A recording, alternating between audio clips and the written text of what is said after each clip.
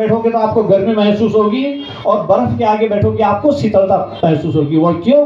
क्योंकि आग का जो गुण धर्म है वो गर्मी प्रदान करना है, और बर्फ का जो गुण प्रधान है वो शीतलता प्रदान करना है। तो इसलिए उपासना का मतलब है आप घर के अंदर जो देवी देवताओं की आपने स्थापना कर रखी है, जो वेदी बना, पूजा वेदी बना रखी है, वहां पर बैठना है। अब देवताओं के आगे क्यों बैठना है? कि देवताओं के जो गुण धर्म हैं वो आपको प्रभावित करेंगे, जैसे अग्नि का गुण प्रभाव गर्मी प्रदान करना है।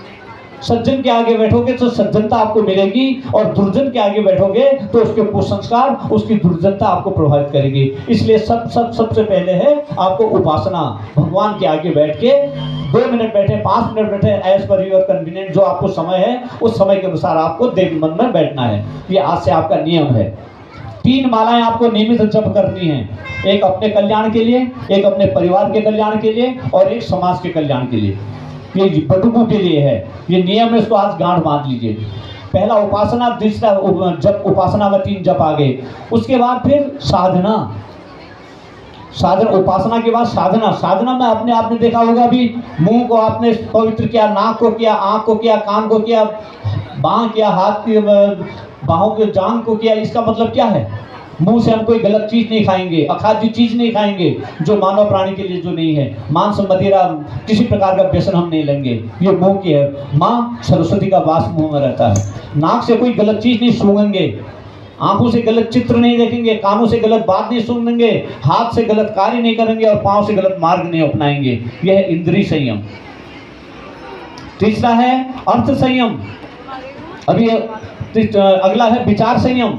अभी आप यहाँ बैठे हैं, कहाँ से आपका विचार आ रहे हैं? विचार आने में किसी की कोई वो नहीं है, अनवरत आते रहेंगे। पूरे ब्रह्मांड विचारों से भरा पड़ा है, और हमारा मस्तिष्क जो है विचारों को खींचता है। इसमें अच्छे विचार भी आ रहे हैं, बुरे विचार भी आ रहे हैं। हमारे शास्त्र में कहा है, आनो भद्रा कृतवो यन्तु विश्वतः, let noble thoughts from everywhere. जहाँ से भी आए हमारे पास अच्छे विचार आए हैं, हम अच्छे विचारों को लेके आगे को चलेंगे।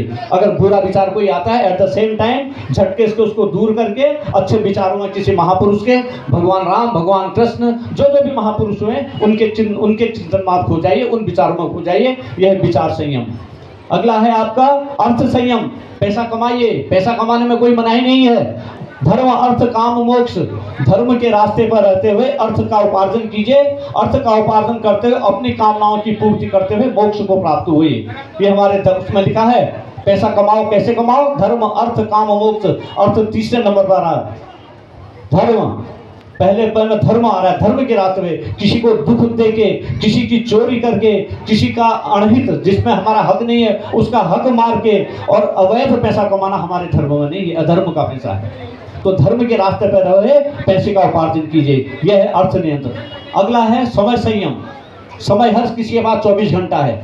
जिसने 24 घंटे का समुचित सदुपयोग कर लिया, वो मानव से महामानव बन गए, पुरुष से महापुरुष बन गए, नर से नारायण बन गए, नरेंद्र से विवेकानंद बन गए, मोहनदास करमचंद्र गांधी से महात्मा गांधी बन गए। क्यों? क्योंकि उन्होंने अपना समय का सदुपयोग किया। परम पूज्य गुरुदेव कहाँ से युग दृष्टा बन गए, वेद मूर्ति बन गए।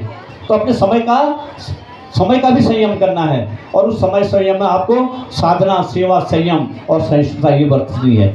और 2 तप हैं, एक अंशदान और समयदान। अंशदान जितने भी आप कमा रहे हैं उसमें